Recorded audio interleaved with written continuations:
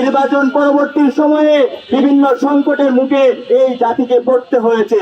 লাইনের কোনো শেষ নাই, অথচ তারা সংসদে বসে বলে তেলের কোনো সংকট নাই। সাধারণ মানুষেরা সাধারণ ভাবে সুশৃঙ্খল ভাবে স্বাভাবিক জীবন যাপন করতে পারবে, কিন্তু আমরা দুঃখজনক ভাবে দেখতে পাচ্ছি নির্বাচন পরবর্তী সময়ে বিভিন্ন সংকটের মুখে এই জাতিকে পড়তে হয়েছে। এর সম্পূর্ণ দায়ভার বিএনপির সরকারকে নিতে হবে, এর সম্পূর্ণ দায়ভার তারেক রহমানের সরকারকে নিতে হবে।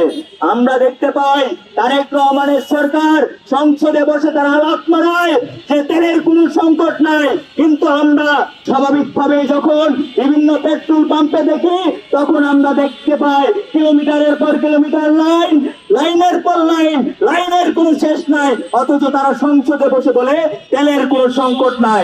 ড্রাইভাররা আমরা দেখতে পাই তারা ঘন্টার পর ঘন্টা রাতের পর রাত সেই পেট্রোল পাম্পে লাইন ধরে বসে থাকে।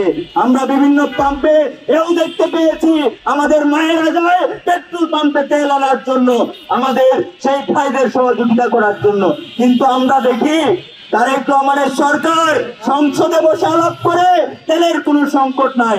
আমরা আপনাদের সাথে একমত, কিন্তু আপনারা একটু স্পষ্টভাবে যদি খেতে দেখেন তাহলে দেখবেন আমাদের বাংলাদেশে অক্টেনের ৮০% উৎপাদন হয় এবং পেট্রোলের ১০০% উৎপাদন হয় আমাদের বাংলাদেশে, কিন্তু আমাদের মাত্র ২০% পেট্রোল অক্টেন দেশের বাইরে থেকে আমদানি করা হয় এবং ৪০ থেকে ৫০ দিনের অক্টেন মজুদ রাখার সক্ষমতা রয়েছে।